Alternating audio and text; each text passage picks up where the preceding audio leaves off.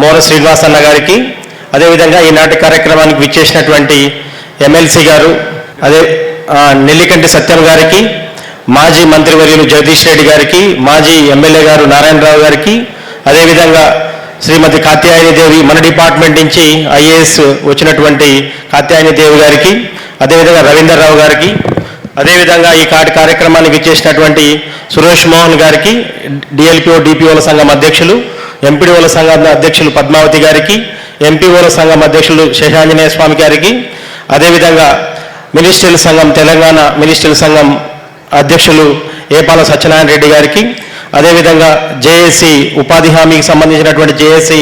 Chairman Lingaiah గారికి, అదేవిధంగా SERP సంబంధించినటువంటి జేఏసీ నరసయ్య గారికి, అదేవిధంగా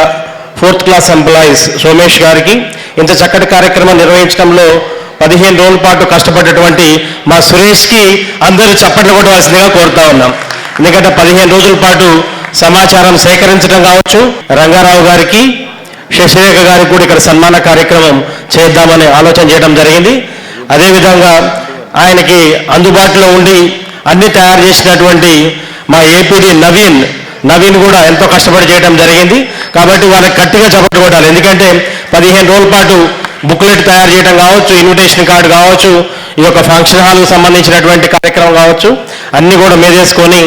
మన మోహన్ రావు గారు, దేవేందర్ రెడ్డి గారు, అదేవిధంగా మన అధ్యక్షులు మోర శ్రీనివాస్ గారు, నరసింహులు గారు, జానకిరెడ్డి అయితే మొత్తం 10 రోజులు అది మొత్తం వ్యాసమంతా తయారు చేసి మంచిగా అక్కడనే చేయడం జరిగింది. కాబట్టి అందరికీ కూడా పేరు పేరున ధన్యవాదాలు తెలియజేస్తూ